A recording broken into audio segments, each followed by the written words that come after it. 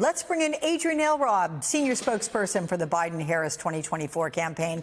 Always good to see you, my friend. So we know President Biden is actively getting ready for the debate, but can you give us some specifics on the prep and his strategy going into Thursday night?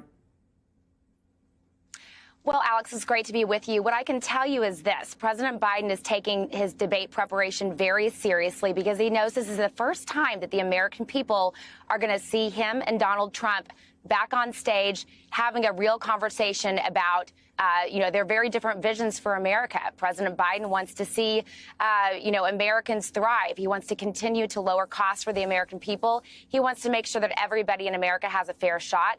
Whereas Donald Trump wants to get back in office so he can seek political revenge on his enemies. He wants to give corporate tax cuts at the expense of middle-class families. He has a very dark vision, wants to lead, of course, he said, made it very clear he wants to be a dictator on day one. The vision that these two could not be more different, and the contrast could not be more clear. And President Biden knows, again, they have not been on stage together in 4 years, Alex, that this is a very important moment on the campaign, and he wants to make sure that the American people truly understand the fundamental choice that's in front of them going into about 4.5 months going into Election Day.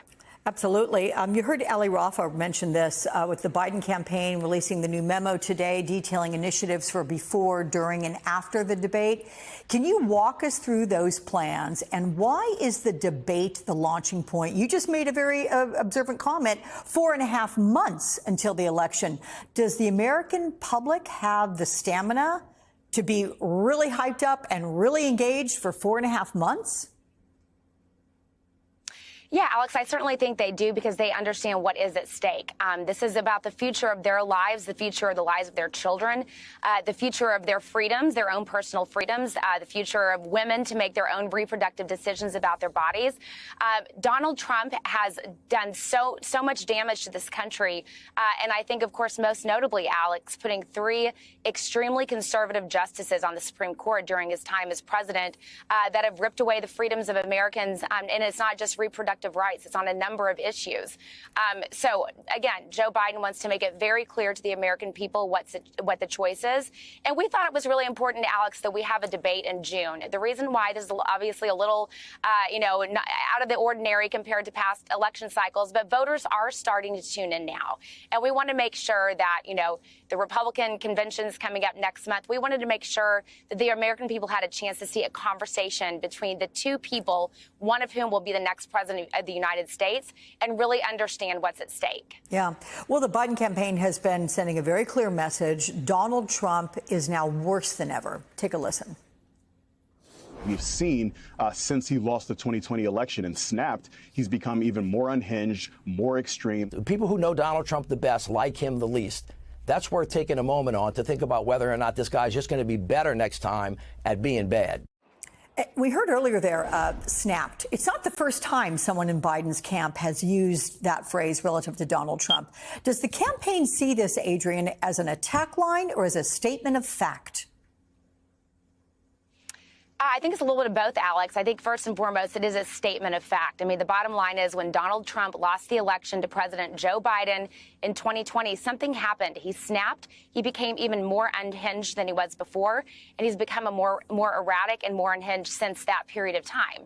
He's literally said, Alex, he has told us in his own words that he will be a dictator on day one. Think about that. Our country was built on a democracy. That is why we are one of the reasons why we're so proud to be Americans, why we have so many personal freedoms in this country. Donald Trump wants to take those freedoms away. He wants to be a dictator on day one. He's also made it very clear, Alex, that if he doesn't win this election, there will be a bloodbath. And I know some of his aides have tried to say that we're overstating that. No, he said that in his own words.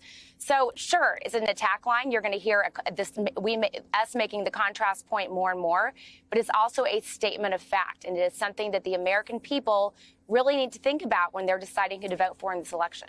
Well, we heard Mitch Landrieu on Meet the Press today. He was signaling that President Biden is going to bring up Donald Trump's conviction during the debate. So is that definitely the case? And what could be the framing and how hard might he hit that issue?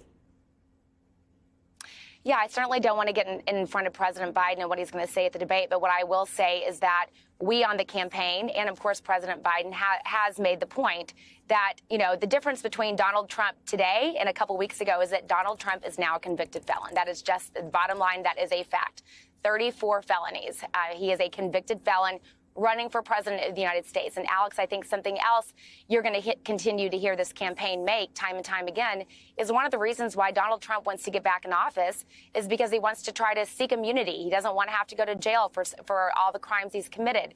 That, again, is not, he doesn't want to get back into office because he wants to help the American people. He wants to get back into office so he can protect himself from you know, serving jail time. And also he wants to make sure that he can use the office of the White House to seek political revenge and retribution on his enemies. Contrast that with Joe Biden. He wants to continue to lower prices for American families. He wants to continue in his second term, you know, the work that he's done to implement historic climate change legislation, to expand the Affordable Care Act, to lower costs, healthcare costs for more families in this country, to make sure that he can do everything he can to allow women to make choices about their own reproductive health. I mean, that is what Joe Biden is all about. Donald Trump simply wants to get back in there to seek revenge. Alex, the contrast could not be more clear, and you're going to hear more and more about this in the direct words from Joe Biden on Thursday night. Okay. What about the Biden campaign, which won the debate coin toss? And so the president chose to take the podium on the right, but that will give Trump the last word in closing statements. Why does the campaign see that podium position as the advantage? Well, look, I think it's less about the podium position. Again, it's more about what you're going to hear Joe Biden say on Thursday night, what he's going to deliver for the American people. You're going to see the fact that he is fighting for American families, whereas Donald Trump is fighting for himself and to seek political revenge on his enemies. I know I keep saying that, Alex, but I can't say it enough, because truly, when you step back and think about it, that is a significant contrast. This is not a president with a plan or a vision. This is not Donald Trump with a plan or a vision. This is somebody who wants to get back in the White House just to get back at people who have done him wrong. And, you know, Alex, we were talking about some of the events we have coming up, some of the surrogates that are going to be hitting the campaign trail. I think it's also important to note that there are a number of people who worked for Donald Trump when he was in the White House who are now actively coming out against him, saying, no way can we let this guy get back in the White House. Absolutely not. And I think it's also important, Alex, to bear in mind that if he does get back in the White House, which he won't, but if he does, he wants to pick a cabinet that is far more extreme. He wants to surround himself with MAGA extremists who are going to do great harm to the American people, who are going to, you know, only try to make themselves more powerful and use the office to do that at the expense of American families. So again, these are the contrast points you're going to hear Joe Biden make on Thursday night. It's going to be you're going to have a great discussion from him, and he's taking debate prep very seriously because again, he knows this is the first time that the two of them will be on stage having a real conversation about their starkly different visions for the American people. Yeah, listen, everything you've said is extraordinary, but let me also just highlight again the fact that you have former Trump administration officials, to your point, who are coming out vociferously against Donald Trump and saying he cannot be allowed back into the White House. That is a rather stunning thing that we see perpetuated throughout this year. Adrienne Elrod, thank you so much. Good to see you.